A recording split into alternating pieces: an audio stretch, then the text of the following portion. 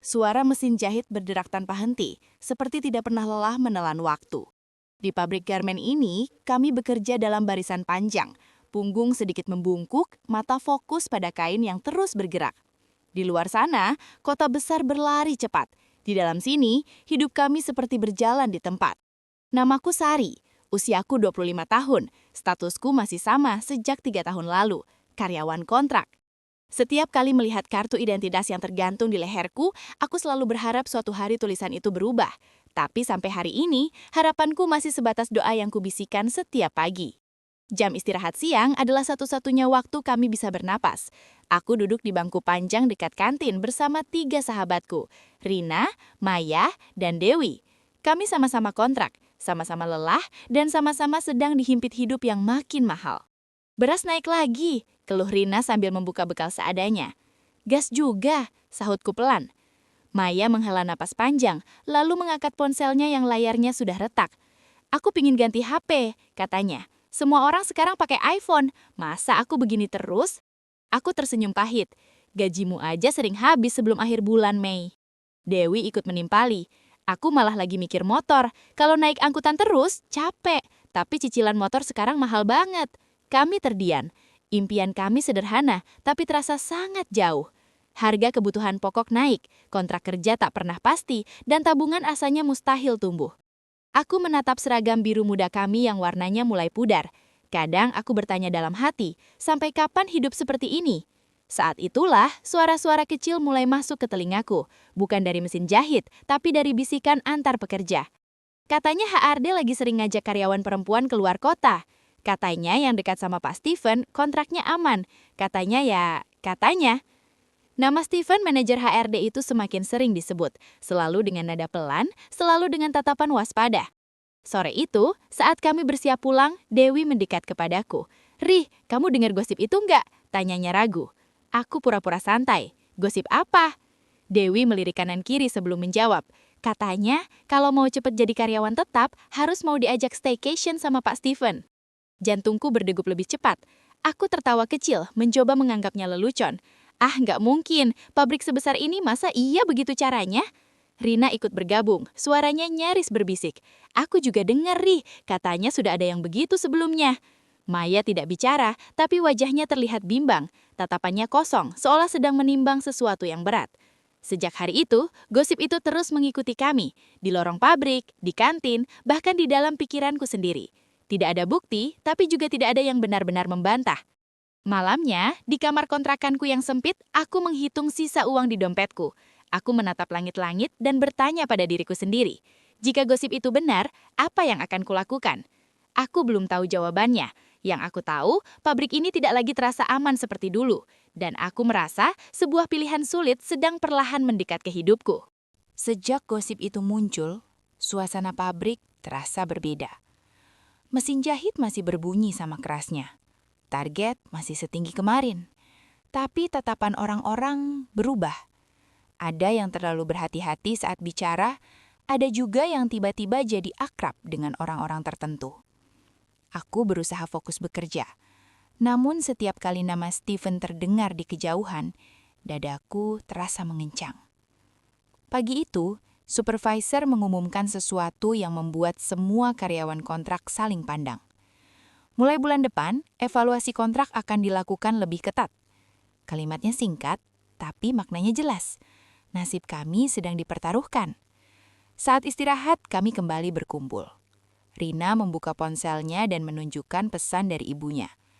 "Uang sekolah adik minta ditambah," katanya lirih. Aku bingung. Maya mengeluh sambil menatap etalase ponsel di media sosial.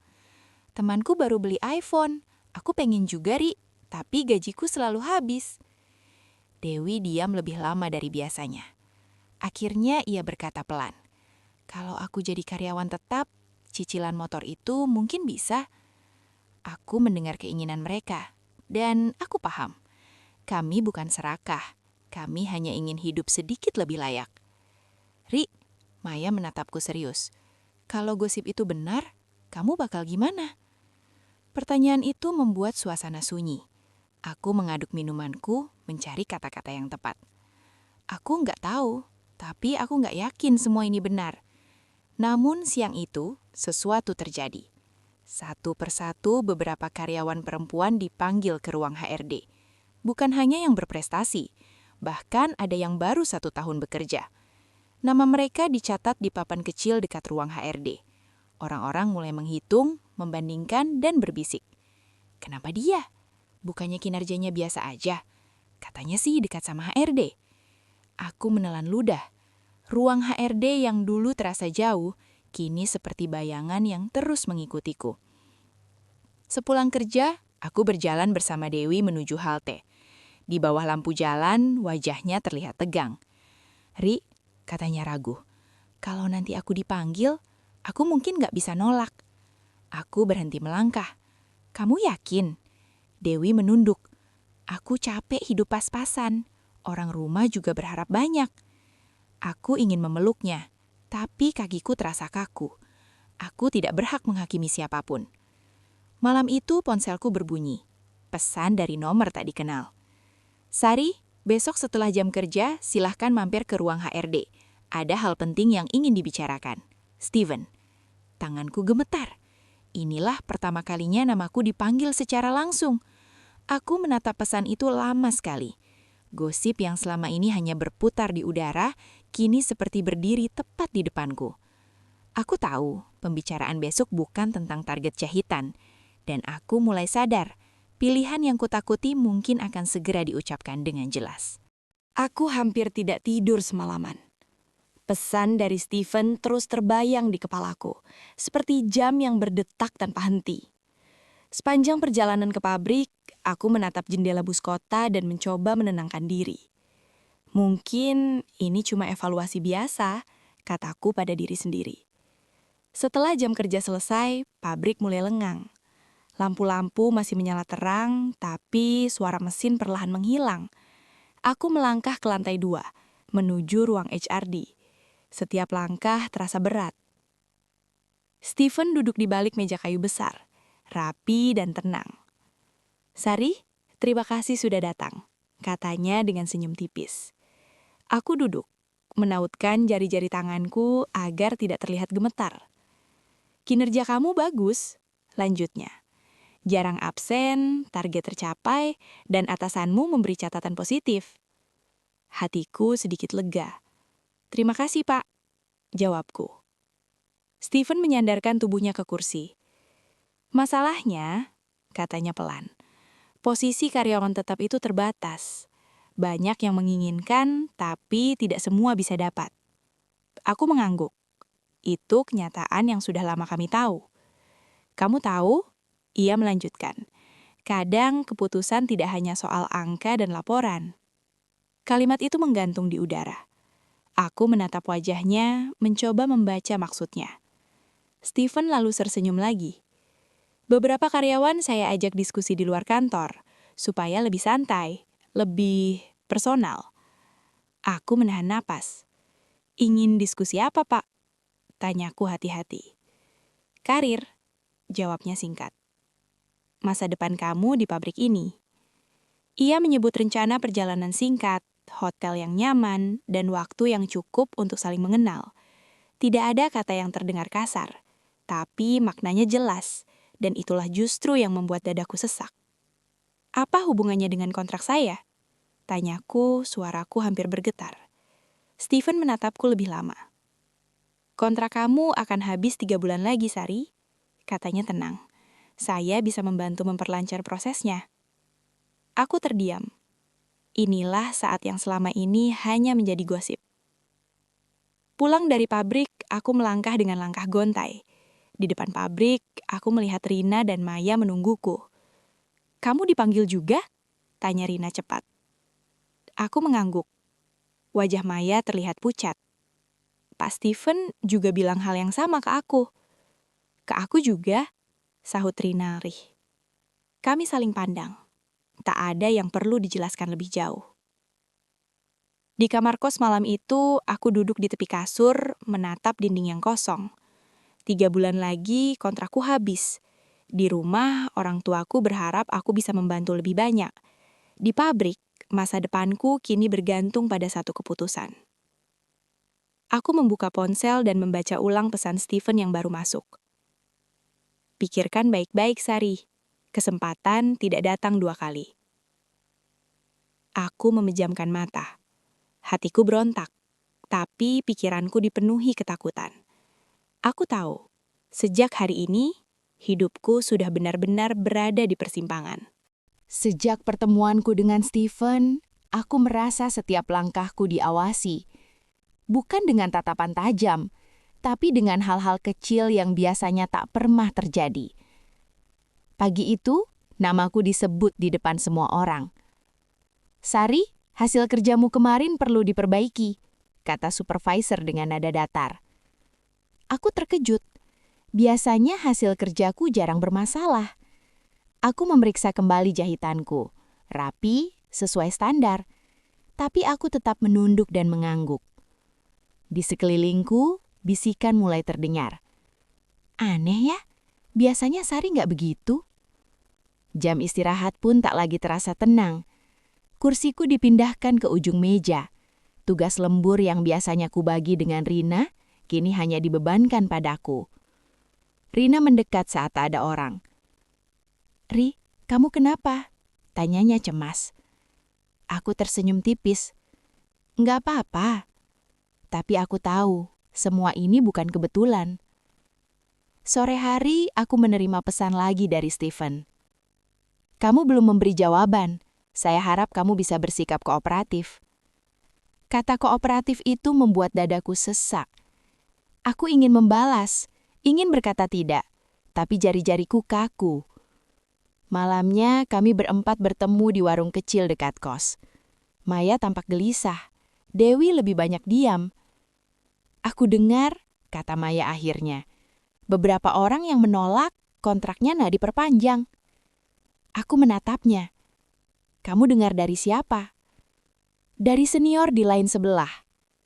Sunyi menyelimuti kami. Kami tahu, ini bukan lagi sekadar gosip ringan. Keesokan harinya, pengumuman ditempel di papan informasi. Penyesuaian jadwal kerja dan evaluasi ulang kinerja karyawan kontrak. Namaku termasuk yang harus dievaluasi lebih cepat. Aku pulang dengan kepala berat. Di kamar, aku menangis tanpa suara. Bukan karena lemah, tapi karena takut. Takut kehilangan pekerjaan, takut mengecewakan keluarga, dan takut pada sistem yang membuatku harus memilih antara masa depan dan harga diri. Namun di tengah ketakutan itu, satu hal mulai tumbuh perlahan di hatiku. Sebuah tekad kecil yang masih rapuh. Aku tidak ingin hidup dengan penyesalan. Aku menatap ponselku, membaca pesan Steven sekali lagi. Kali ini, aku menutupnya tanpa membalas. Karena untuk pertama kalinya, aku sadar. Bahaya itu bukan hanya kehilangan pekerjaan, tapi kehilangan diriku sendiri. Hari-hariku di pabrik berjalan seperti biasa. Tapi hatiku tidak lagi sama. Aku bekerja lebih cepat, lebih rapi, seolah ingin membuktikan bahwa aku layak bertahan tanpa harus menyerahkan apapun selain tenagaku. Tapi semakin aku berusaha, tekanan justru semakin terasa. Suatu pagi, Rina menghampiriku sebelum bel masuk berbunyi. Wajahnya tampak pucat, matanya sembab seperti kurang tidur. "Ri," katanya pelan, "aku mau cerita." Kami berdiri di sudut lorong yang sepi. Rina menunduk lama sebelum akhirnya berkata, "Aku dipanggil lagi sama Pak Steven. Katanya cuma ngobrol. Di luar kota. 2 hari. Aku menahan nafas. "Kamu mau?" tanyaku hati-hati. Rina mengangguk lemah. "Orang rumah butuh uang. Aku capek mikir terus. Aku ingin melarang, tapi aku tahu itu bukan hakku. Aku hanya bisa memeluknya sebentar, merasakan bahunya yang bergetar." Beberapa hari kemudian, Maya berubah. Ia mulai sering izin. Penampilannya lebih rapi dari biasanya, dan senyumnya terlihat dibuat-buat. "Ri," katanya suatu sore, "kalau aku jadi tetap, aku bisa beli HP baru. Aku nggak mau terus merasa tertinggal." Aku menatapnya lama. "Kamu yakin ini yang kamu mau?" Maya tidak menjawab. Tapi keesokan harinya, ia tak masuk kerja dengan alasan perjalanan dinas. Tinggallah aku dan Dewi. Kami berjalan pulang bersama dalam diam. Kalau nanti aku dipanggil, kata Dewi akhirnya, aku takut nggak sekuat kamu. Aku berhenti melangkah. Aku juga takut, jawabku jujur. Aku cuma nggak mau menyesal. Beberapa hari kemudian, nama Dewi muncul di papan panggilan HRD. Aku melihatnya dari jauh, punggungnya kaku saat melangkah ke lantai 2. Di pabrik, gosip berubah nada. Bukan lagi pertanyaan, tapi pernyataan. Yang mau ikut, aman. Yang keras kepala, siap-siap. Aku pulang ke kos dengan perasaan kosong. Aku kehilangan teman satu persatu. Bukan karena bertengkar, tapi karena pilihan hidup. Malam itu, Steven mengirim pesan lagi. Kamu satu-satunya yang belum memberi jawaban. Saya masih menunggu. Aku mematikan layar ponsel. Di luar, hujan turun pelan seperti mengiringi hatiku yang semakin berat. Aku sadar, jalan yang kupilih akan semakin sepi. Dan konflik ini belum mencapai puncaknya. Baru saja mulai. Aku tidak lagi makan siang sendirian, tapi rasanya seperti sendirian. Rina, Maya, dan Dewi masih duduk di meja yang sama denganku. Namun ada jarak yang tak terlihat. Mereka lebih sering saling pandang, tersenyum kecil, lalu terdiam saat aku datang. Hingga suatu sore, Rina akhirnya membuka suara. Kita perlu jujur sama kamu, Ri, katanya pelan. Aku menatapnya. Dewi menggenggam gelas minumnya. Maya bersandar santai dengan ponsel baru di tangannya. Ponsel yang sangat jelas bukan ponsel lama. Rina menarik nafas panjang. Waktu aku diajak keluar kota, awalnya aku takut. Tapi ternyata nggak seperti yang aku bayangkan. Aku menelan ludah. Seperti apa maksudmu? Dia sopan, jawab Rina cepat. Ngobrol banyak soal kerja, soal masa depan. Aku cuma nemenin. Nada suaranya seolah ingin meyakinkan dirinya sendiri. Dewi ikut bicara. Aku juga. Jujur, aku sempat nangis sebelum berangkat. Tapi setelah itu aku mikir, ini cuma 2 hari. Setelahnya hidupku bisa lebih tenang. Aku memandang wajah mereka satu persatu. Mereka tampak lelah, tapi juga seperti ingin merasa benar. Lalu Maya tertawa kecil. Ri, kamu terlalu mikir. Lihat ini. Ia mengangkat ponsel barunya. Mengkilap, masih seperti baru keluar dari kotak. Pak Steven beliin aku. Katanya biar aku lebih semangat kerja. Aku tercekat. Kamu senang? Maya mengangguk tanpa ragu. Senang dong. Aku nggak ngerasa dirugikan. Aku malah ngerasa dihargai. Kata dihargai itu menusukku. Apakah selama ini aku salah memahami arti harga diri? Maya mencondongkan tubuh ke arahku. Ri, kamu cantik, pintar, rajin. Kamu bakal lebih aman dari kita semua. Kalau kamu ikut, kontrakmu pasti beres. Rina menambahkan, kita cuma pengen kamu aman juga. Dewi menggenggam tanganku. Kita ini realistis aja, Ri. Dunia kerja keras, Ri. Aku menarik tanganku perlahan. Hatiku berisik, pikiranku berputar. Malam itu aku pulang dengan langkah gontai. Di kamar kos, aku duduk lama di depan cermin. Aku melihat diriku sendiri, perempuan biasa yang ingin hidup layak, ingin membantu keluarga, ingin punya masa depan. Ponselku berbunyi. Pesan dari Steven. Kamu lihat sendiri teman-temanmu, mereka baik-baik saja. Jangan membuat hidupmu lebih sulit dari yang seharusnya. Aku memejamkan mata. Untuk pertama kalinya, keyakinanku benar-benar goyah. Aku bertanya pada diriku sendiri. Apakah aku terlalu keras, atau mereka yang terlalu pasrah? Di titik inilah aku sadar, semua pintu seakan tertutup, kecuali satu yang paling ingin kuhindari. Dan itu membuatku takut, sekaligus marah. Aku bangun dengan perasaan yang tidak pernah kurasakan sebelumnya. Bukan hanya lelah, tapi kosong.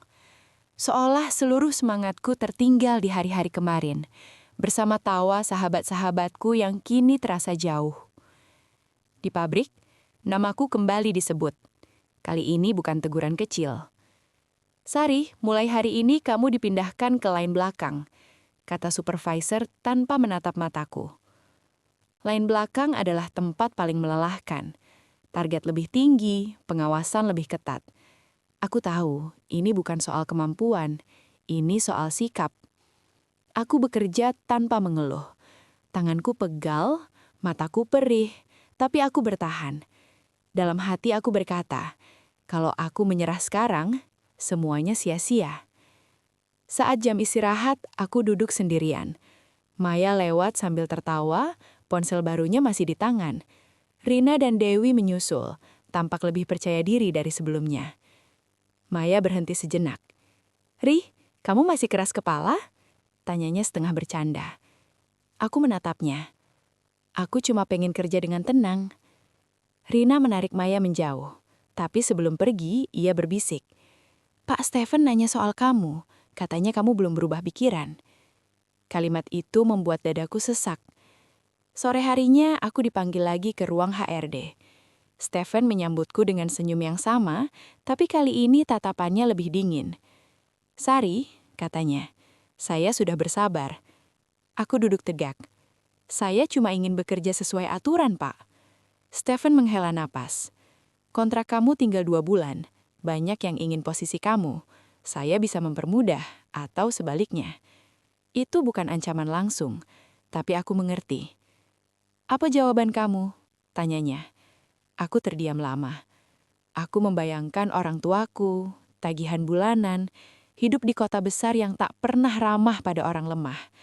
Namun aku juga membayangkan diriku sendiri, hidup dengan keputusan yang tak bisa kutarik kembali.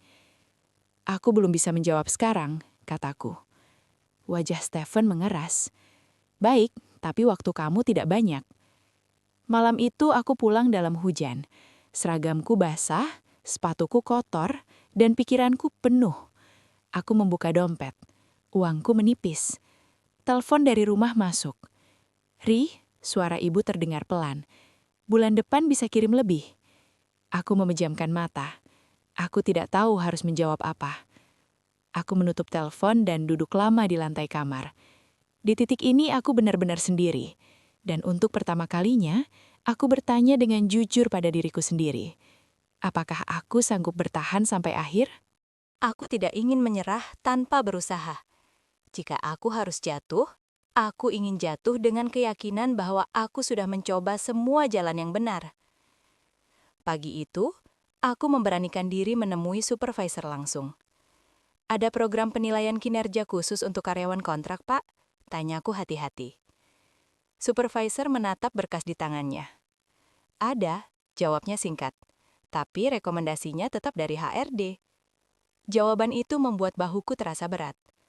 Aku tidak berhenti di situ. Aku mengumpulkan semua catatan kerjaku. Target tercapai, kehadiran penuh, laporan tanpa masalah. Aku berharap angka-angka itu cukup berbicara. Aku kembali ke ruang HRD. Kali ini bukan untuk Stephen, tapi staf lain. Aku menyerahkan berkas itu dengan tangan gemetar. "Mohon dipertimbangkan, Bu," kataku pelan. Ia menerima berkas itu, membacanya sekilas, lalu mengangguk tanpa ekspresi. "Kami akan sampaikan." Hari berganti hari, tak ada kabar. Di pabrik, situasiku semakin sulit. Lembur ditambah, jadwal digeser, istirahat dipersingkat. Aku pulang dengan tubuh remuk dan pikiran kosong. Sementara itu, hidup sahabat-sahabatku berubah. Dewi mulai membicarakan rencana membeli motor. Rina terlihat lebih tenang, wajahnya jarang cemas. Maya semakin percaya diri, sering memamerkan ponsel barunya. "Ri," kata Maya suatu sore, "lihat kan, kita baik-baik aja." Aku tersenyum kaku. Aku ingin berkata bahwa tidak semua hal bisa diukur dari kelihatan baik-baik saja. Malamnya, pesan dari HRD masuk. "Berkas kamu sudah kami terima, namun keputusan tetap mengikuti arahan manajemen." Aku tahu arti kalimat itu. Angka dan prestasi tidak cukup jika aku tidak mau mengikuti arahan yang tak pernah tertulis. Aku duduk di tepi kasur, menatap lampu kamar yang redup. Uang di dompet tinggal sedikit, kontrakku tinggal hitungan minggu. Ponselku bergetar lagi. Pesan dari Stephen. "Ini kesempatan terakhir sebelum evaluasi akhir. Saya tidak ingin kamu menyesal." Aku menutup mata. Semua jalan yang kupilih terasa buntu. Aku mulai sadar, kegagalan demi kegagalan ini sedang mendorongku ke satu pilihan yang paling ingin kuhindari. Dan pilihan itu semakin dekat. Hari itu aku menerima slip gaji. Angkanya lebih kecil dari biasanya. Ada potongan lembur yang katanya tidak tercatat. Aku menatap kertas itu lama, berharap ada kesalahan. Tapi tidak ada. Di perjalanan pulang, hujan kembali turun. Aku berhenti di depan toko kecil, menghitung uang receh di dompet, lalu mengurungkannya kembali. Aku memilih berjalan kaki agar ongkos bisa dihemat. Malamnya, telepon dari rumah datang lagi. Ibu berbicara pelan, seperti takut memberatkan. "Ri, ayahmu perlu kontrol. Kalau kamu belum bisa kirim, tidak apa-apa." Kalimat "tidak apa-apa" itu justru membuat dadaku sesak. Aku tahu itu berarti apa-apa. Aku mematikan telepon dan menatap dinding kamar yang lembab. Aku merasa gagal sebagai anak, gagal sebagai pekerja, dan gagal mempertahankan hidup yang kuinginkan. Keesokan harinya, aku dipanggil ke ruang HRD lagi. Steven tidak berbasa-basi. "Evaluasi akhir akan dilakukan minggu ini," katanya. Ia menatapku, lalu menambahkan pelan, "Kamu masih bisa mengubah keadaan." Aku terdiam. Kalimat itu seperti pintu yang terbuka, tapi menuju tempat yang tidak ingin kudatangi. Saat keluar dari ruangan itu, aku bertemu Dewi. Ia memegang kunci motor baru. Wajahnya terlihat lega. "Ri," katanya lembut, "aku tahu ini berat, tapi kadang kita harus pilih yang paling mungkin." Aku tersenyum pahit. Paling mungkin buat siapa? Di kantin, Maya duduk sambil menonton video di ponsel barunya. "Ri," katanya ringan, "Pak Steven orangnya baik kok, kamu terlalu tegang." Aku menatap mereka. Hidup mereka memang tampak lebih ringan, dan aku mulai meragukan diriku sendiri. Malam itu, aku menyiapkan pakaian. Aku membuka pesan Steven sekali lagi. "Berangkat besok pagi. Kalau kamu setuju, semua akan beres." Aku duduk di lantai memeluk lutut. Air mataku jatuh tanpa suara. Aku tahu satu kata saja bisa mengubah segalanya. Aku hampir menuliskannya. Hampir. Tapi tepat sebelum kukirim, aku berhenti. Tanganku gemetar, tapi hatiku berteriak. Kalau aku mengiyakan sekarang, aku akan kehilangan diriku selamanya. Aku menghapus draft pesan itu. Aku memilih diam.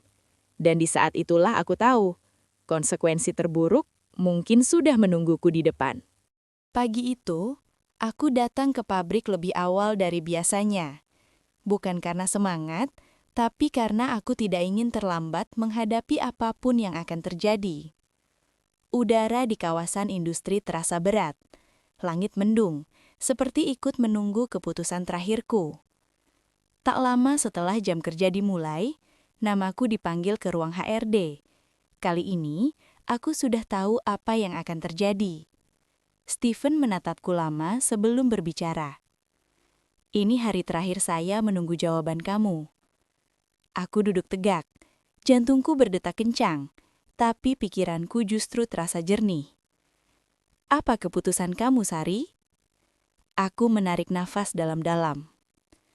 "Maaf, Pak," kataku pelan tapi jelas. "Saya ingin tetap bekerja secara profesional. Saya tidak bisa menerima tawaran itu." Ruangan itu sunyi. Steven tidak marah. Ia hanya tersenyum tipis. "Baik," katanya singkat. "Kalau itu pilihan kamu." Ia membuka map di depannya. "Kontrak kamu tidak akan diperpanjang setelah masa berlakunya habis." Kalimat itu jatuh tanpa emosi, seperti angka di laporan. Aku mengangguk. Dadaku sesak, tapi aku tidak menangis. Saat keluar dari ruang HRD, kakiku terasa lemas. Di lorong, aku berpapasan dengan Rina. Wajahnya terkejut saat melihatku. "Kamu?" tanyanya ragu. Aku tersenyum tipis. Aku bilang tidak. Rina terdiam. Ia ingin berkata sesuatu, tapi kata-katanya tertahan. Hari itu aku bekerja sampai bel pulang berbunyi. Aku menjahit seperti biasa, menyelesaikan target seperti biasa. Tak ada yang berubah, kecuali aku tahu ini mungkin hari-hari terakhirku di sini. Malamnya, Aku pulang dengan tangan kosong dan pikiran penuh. Aku kehilangan pekerjaanku. Aku kehilangan keamanan. Tapi anehnya, ada satu hal yang tidak hilang. Aku masih bisa menatap cermin tanpa menunduk. Aku menulis pesan singkat untuk ibuku. Bu, mungkin bulan depan aku tidak kerja lagi, tapi aku baik-baik saja. Aku tidak tahu apa yang akan terjadi setelah ini. Aku hanya tahu satu hal. Aku memilih diriku sendiri. Dan itu adalah keputusan paling berat sekaligus paling jujur dalam hidupku. Hari terakhirku di pabrik datang tanpa upacara. Aku mengembalikan seragam, kartu identitas, dan semua yang menandakan bahwa aku pernah menjadi bagian dari tempat itu. Tidak ada perpisahan, tidak ada pelukan. Hanya tanda tangan dan ucapan singkat. Semoga sukses, kata petugas administrasi datar. Aku melangkah keluar gerbang pabrik dengan tas kecil di punggung. Untuk pertama kalinya setelah bertahun-tahun, aku tidak tahu harus kemana. Hari-hari berikutnya terasa berat. Aku mengurangi makan, mematikan lampu lebih awal, dan menghitung setiap lembar uang. Kota besar ini terasa semakin dingin pada orang yang tidak punya penghasilan. Suatu pagi, aku duduk di warung kecil dekat pabrik. Aku memperhatikan para pekerja yang lalu lalang. Wajah mereka lelah, sama seperti dulu wajahku. Pemilik warung itu, seorang ibu parubaya, menyapaku. "Kamu dulu kerja di pabrik ya? Sekarang jarang kelihatan." Aku mengangguk dan tersenyum tipis. "Iya, Bu. Sekarang lagi cari jalan." Ia tersenyum hangat. "Kalau mau bantu-bantu di sini, bilang saja." Kalimat sederhana itu membuat dadaku menghangat. Aku mulai membantu di warung itu, membersihkan meja, melayani pembeli. Upahnya kecil, tapi cukup untuk makan. Di sela-sela waktu, aku mulai memasak. Aku teringat ibuku yang dulu sering mengajarkanku resep sederhana. Aku mencoba membuat menu rumahan dan membawanya ke warung itu. "Enak," kata pelanggan suatu hari. "Besok jual lagi ya." Aku pulang dengan langkah lebih ringan. Untuk pertama kalinya sejak lama, aku merasa berguna lagi. Suatu sore, ponselku berbunyi. Pesan dari Rina. "Ri, aku dengar kamu sekarang bantu di warung dekat pabrik. Kamu hebat." Aku tersenyum. Aku tidak merasa hebat. Aku hanya berusaha bertahan. Di malam hari, aku menulis rencana kecil di buku catatanku. Jualan makan pagi untuk karyawan pabrik. Mungkin jalannya tidak mudah, tapi aku mulai percaya hidup tidak berhenti hanya karena satu pintu tertutup. Aku bangun lebih pagi dari biasanya. Bukan karena bel pabrik, tapi karena niat. Di dapur kos yang sempit, aku menyiapkan bahan seadanya. Telur, sayur, dan nasi hangat.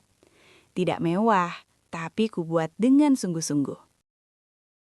Aku meminjam satu meja kecil dari ibu pemilik warung. Pagi itu, aku memberanikan diri menjual makanan di depan warung, tepat saat para pekerja pabrik mulai berdatangan. Awalnya tak banyak yang melirik. Aku berdiri sambil menunduk, menunggu dengan cemas. Lalu satu orang berhenti. "Berapa?" tanyanya. Aku menyebutkan harga. Ia mengangguk dan membeli. Satu porsi, lalu dua, lalu 5. Hatiku berdebar setiap kali uang berpindah ke tanganku.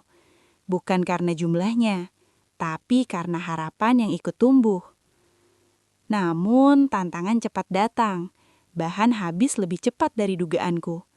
Keesokan hari, aku salah memperkirakan jumlah dan makanan tersisa.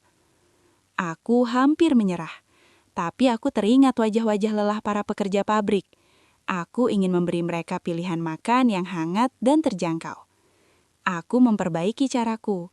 Aku mencatat jumlah pembeli, menghitung modal, dan bangun lebih pagi. Suatu hari, Dewi datang menghampiriku dengan motornya. Ia menatap daganganku lama. "Kamu serius ya?" katanya. Aku tersenyum.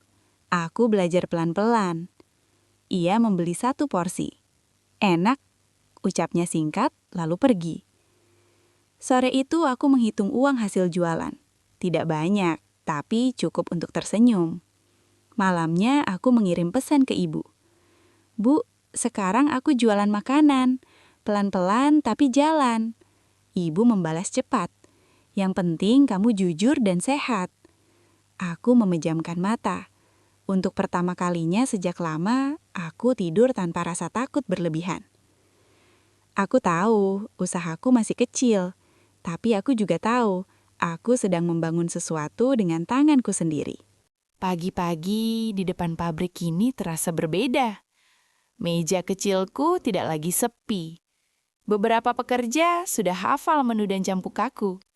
Ada yang datang sambil tersenyum, ada yang sekadar mengangguk, tapi hampir semuanya kembali. Aku belajar cepat, menyiapkan bahan sejak subuh, menghitung modal, dan menutup dagangan tepat waktu agar tubuhku tidak terlalu lelah. Aku bukan lagi karyawan kontrak, tapi pedagang kecil yang belajar berdiri sendiri. Suatu pagi, aku melihat wajah yang sangat kukenal di antrean. Rina. Ia menatapku ragu, lalu tersenyum. Rih, aku bangga sama kamu. Aku mengangguk. Terima kasih. Ia membeli 2 porsi. Sekarang aku sering makan di sini, katanya pelan. Rasanya tenang. Tak lama kemudian, Maya datang. Ia masih dengan ponsel yang sama, tapi senyumnya tidak selebar dulu. Dagangan kamu laku ya? Katanya. Aku hanya tersenyum. Aku tidak ingin membandingkan hidup kami. Beberapa hari kemudian, kabar beredar di kalangan pekerja pabrik. Warung kecilku disebut-sebut sebagai tempat makan enak dan terjangkau. Bahkan supervisor pabrik pernah mampir dan memuji masakanku. Aku pulang dengan hati hangat. Usaha kecil ini mulai menjadi bagian dari hidup banyak orang. Suatu sore, ibu pemilik warung berkata padaku, "Kalau kamu mau, meja ini bisa kamu pakai tetap." Aku mengangguk terharu. Ini bukan janji besar, tapi cukup bagiku. Malam itu, aku duduk di kamar kos sambil menghitung uang hasil jualan. Tidak ada angka besar, tapi ada rasa aman yang belum pernah kurasakan sebelumnya. Aku menatap cermin dan tersenyum pada diriku sendiri. Aku kehilangan satu pekerjaan, tapi aku menemukan jalan hidupku sendiri. Dan untuk pertama kalinya, aku merasa bahagia tanpa harus mengorbankan apapun. Pagi itu, aku membuka warung seperti biasa. Matahari baru naik, dan aroma masakanku bercampur dengan udara kawasan industri. Para pekerja datang silih berganti. Sebagian sudah hafal namaku, sebagian lagi baru mengenaliku. Aku berdiri di balik meja kecil ini dan tersenyum. Dulu, di jam yang sama, aku sudah duduk di depan mesin jahit, mengejar target dan menahan cemas. Sekarang, aku masih bekerja keras, tapi tanpa rasa tertekan. Sesekali, pikiranku kembali ke masa lalu. Ke lorong pabrik yang bising, ke ruang HRD yang dingin, ke pilihan-pilihan sulit yang pernah membuatku hampir menyerah. Aku bertanya pada diriku sendiri, andai waktu bisa diulang, apakah aku akan memilih jalan yang berbeda? Jawabannya datang dengan tenang. Tidak. Aku melihat Rina dan Dewi yang masih bekerja di pabrik. Mereka menyapaku dengan ramah saat membeli sarapan. Hubungan kami tidak lagi canggung. Kami hanya menjalani hidup masing-masing. Tentang Maya, aku jarang bertemu. Aku mendengar ia masih bekerja, tapi wajahnya sering terlihat lelah. Aku tidak ingin menilai. Setiap orang punya cerita sendiri. Siang itu, aku duduk sebentar, menatap pabrik dari kejauhan. Bangunan besar itu pernah menjadi pusat hidupku. Kini, ia hanya latar dari bab yang sudah kulewati. Aku menyadari satu hal penting. Bukan status karyawan tetap yang membuat seseorang berharga, tapi cara ia menjaga dirinya sendiri di tengah tekanan. Aku mungkin tidak memiliki seragam atau kartu identitas lagi, tapi aku punya ketenangan. Dan ketenangan itu tidak bisa dibeli, tidak bisa ditukar, dan tidak bisa dipaksakan oleh siapapun. Hari itu, aku menutup warung sedikit lebih awal. Bukan karena lelah, tapi karena aku ingin memberi waktu untuk diriku sendiri. Aku duduk di bangku kecil, menatap jalanan yang mulai ramai oleh pekerja pulang. Aku teringat diriku yang dulu, perempuan kontrak yang selalu menunggu kepastian dari orang lain, mengira masa depan hanya bisa ditentukan oleh tanda tangan di atas kertas. Hari ini, aku tahu, aku keliru. Aku memang kehilangan pekerjaanku di pabrik. Aku kehilangan gaji tetap dan rutinitas lama. Tapi, aku tidak kehilangan keberanian untuk memilih yang benar menurut hatiku. Hidup memang tidak selalu adil. Kadang, orang jujur justru harus berjalan lebih jauh. Tapi jalan yang jauh itu mengajarkanku untuk berdiri dengan kakiku sendiri. Aku belajar bahwa tidak semua pintu tertutup berarti akhir. Beberapa hanya mengarahkan kita ke jalan yang berbeda, jalan yang mungkin lebih sesuai dengan siapa diri kita sebenarnya. Kini aku hidup sederhana. Aku bangun pagi, memasak, melayani orang-orang yang lelah, dan pulang dengan hati yang tenang. Aku tidak kaya, tapi aku cukup. Dan yang terpenting, aku utuh. Jika ada satu hal yang ingin kusampaikan pada siapapun yang membaca kisahku, ini pesanku. Jangan pernah menukar harga dirimu dengan janji apapun. Pekerjaan bisa dicari, kesempatan bisa datang lagi. Tapi jati diri hanya kita yang bisa menjaganya. Aku adalah Sari. Aku pernah jatuh. Aku pernah takut. Tapi aku bangkit dengan caraku sendiri. Dan sejak hari aku mengatakan tidak, hidupku memang berubah, menjadi lebih jujur, lebih tenang, dan lebih bermakna.